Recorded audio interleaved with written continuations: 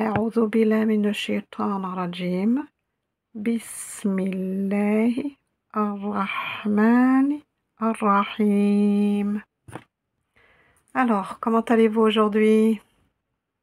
J'espère que toutes les vidéos de cette chaîne vous ont permis d'apprendre à lire l'arabe et surtout à lire le Coran.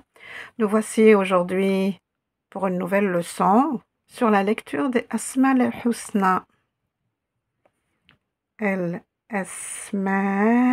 al-Husna. Je peux mettre aussi ma wasla pour faire la liaison. Al-Husna. Alors, commençons. Regardez Al-Asma. Ce sont les valeurs divines, les qualités divines qui mènent vers l'excellence. Al-Husna. Alors, Al-Asma al-Husna, c'est le pluriel de Al-Ismu.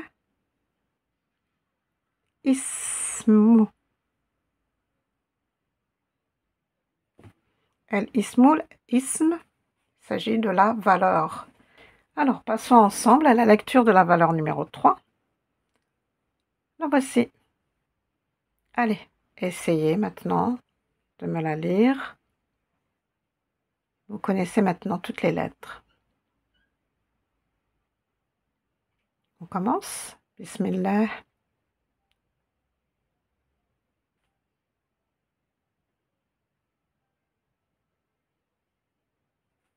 Alors, je peux mettre la soukoun ou bien la voyelle ou. C'est bon? Allez, essayons de décomposer ce mot avec toutes les lettres afin de le lire. Alors, ici, nous avons deux lettres. La lettre alif, sans la hamza, puisque nous avons ici une wasla. Ce qui nous permet de la lire avec le mot qui pourrait être situé avant. La lettre lem, d'accord? Vous voyez ici, c'est la lettre lem. Ensuite, observez bien. Vous reconnaissez cette lettre? Oui? La lettre ra, ra, avec une shidda et la voyelle e. La lettre ra, vous observez bien, elle peut se lier avant, mais pas après. C'est pour ça que vous avez ici un petit espace. Alors, vous avez la shidda. La shidda, c'est-à-dire, c'est comme si j'avais deux lettres. La première lettre ra. Alors, écrivons ça bien. Avec une soukoun. Et la deuxième, avec la voyelle. Au lieu de dire el, ra, je dis arra, ra, arra, arra, arra. On ne dira pas le L. Le lem ici ne sera pas prononcé. On dira arra, arra. Ensuite, vous avez cette lettre. Oui, il s'agit de la lettre ha. Ha. Vous voyez qu'elle est reliée. Donc, elle va perdre ici sa petite boucle sous la ligne. Elle perdra ainsi sa petite boucle sous la ligne pour être reliée avec la voyelle longue I. Vous voyez ici que j'ai I, Hi. Alors, il s'agit ici de la lettre Ya qui va servir dans ce mot de voyelle longue I. Et vous avez la lettre, oui, la lettre Mim qui peut se lire avant et après.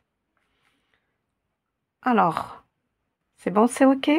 Vous êtes capable maintenant de me lire cette valeur divine. Ar-Rahim.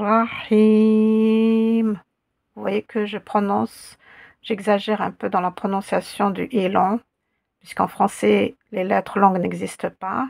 Donc, insistez en arabe sur les voyelles longues. Ar-Rahim. Ar-Rahim. Ar-Rahim. Ce terme est composé de la racine ra, ha, ma. Ce sont les trois lettres les plus importantes ici. À partir de ce radical, on peut ajouter des préfixes ou des suffixes, ajouter une voyelle longue au milieu pour former un autre mot. Donc, la racine rahama, si vous regardez dans le dictionnaire, il signifie avant tout la matrice, c'est-à-dire l'utérus de la maman. Alors, imaginez Allah nous fait rentrer dans sa rahma, dans cette matrice chaleureuse et protectrice qui nous entoure. C'est pourquoi le professeur Reda Kadri, sur sa chaîne YouTube, l'Institut des valeurs, propose comme traduction Ar-Rahim, celui qui entoure toute chose de sa chaleur et de sa protection. Pour connaître tous les secrets de ce ism d'Allah, cette valeur divine, cette qualité divine, je vous renvoie à une vidéo de Reda Kadri sur son site, sur sa chaîne, l'Institut des valeurs. Passons maintenant à l'entraînement à la lecture à partir d'un verset du Coran. Alors, ouvrez votre Coran, la sourate 36, signe 58. Alors, nous voilà au signe 58 de la sourate Yassine. Alors, parmi tous ces mots, ici déjà, combien y a-t-il de mots dans ce verset? Alors, regardez, premier mot, deuxième mot, troisième mot, quatrième, cinquième. Alors maintenant que vous les avez vus, où est cette valeur divine, Ar-Rahim, ou bien Rahim? Vous l'avez vu? C'est bon? Et voilà, il est là. Rahimin. Vous voyez ici? Vous voyez le i doublé, c'est ce qu'on appelle le tanwin. Rahimin. Mais comme il est à la fin d'un verset, on prononcera juste le i. Rahimi. Alors essayons de lire ensemble. Vous connaissez maintenant toutes les lettres puisque vous avez suivi les cours de la playlist lettres arabes et mots du Coran. Alors commençons. A'udhu billahi minash shaitanir rajim. Bismillahirrahmanirrahim. Alors, quelle est cette première lettre? Lettre sin avec la voyelle E. On prononcera se. La lettre lem. Le. Vous voyez ici que vous avez un alif qu'on appelle alif suscrit. Donc on prononcera la voyelle longue. C'est une voyelle longue. C'est le. Et là vous avez la lettre mim avec deux voyelles ou qu'on prononcera on. Ou plus ou devient on. Salamun. Salamun. La lettre qaf. Vous voyez ici que c'est un E à l'envers. Quand il y a un seul point, c'est la lettre Fa. Quand il y a deux points, c'est la lettre Qaf. Donc ici, j'ai Qa. Vous avez ici la lettre Waw. Waw. Est-ce qu'il s'agit d'un OU long ou bien de la lettre Waw?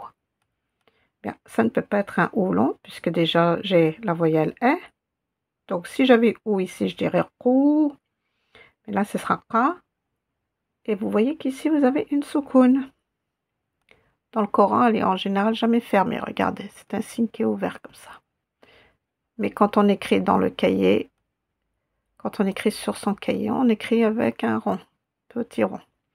Donc, Qaou, on prononcera donc Qaou, Qaou. Vous avez la lettre Lem, qui est reliée avec la lettre Elif. Longue, la voyelle longue est, donc la. Et vous avez en plus, regardez, la voyelle E, encore un tanwin, donc N. Qawlen. Qawlen.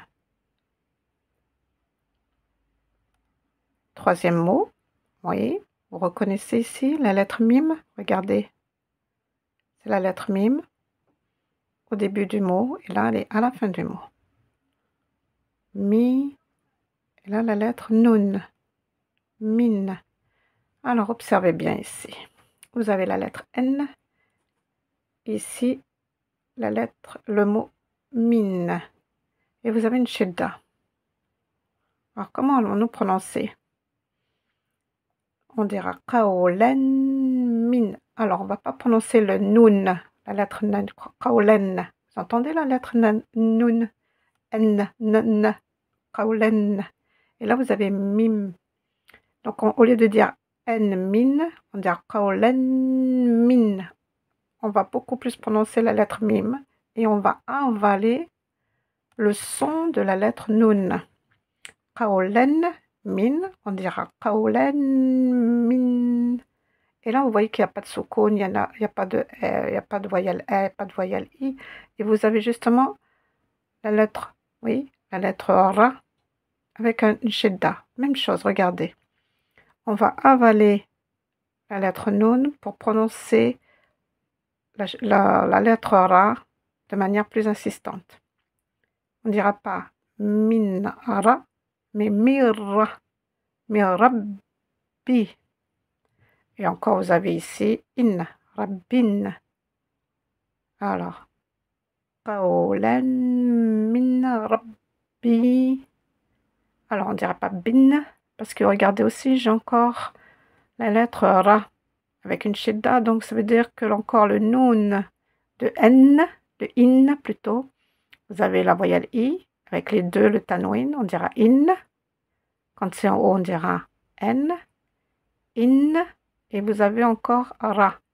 Donc, on va avaler ce noun qu'on entend dans in pour prononcer encore plus, pour insister un peu, on va l'avaler et insister sur cette lettre ra. Donc, on ne dira pas rabbin, ra, mais rabbirra, rabbirra, rabbirrahimi.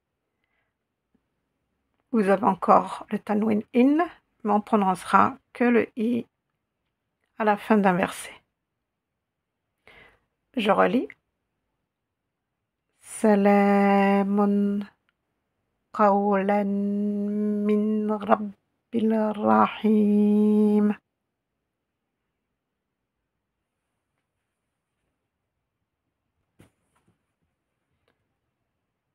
On recommence. Allez, relecture.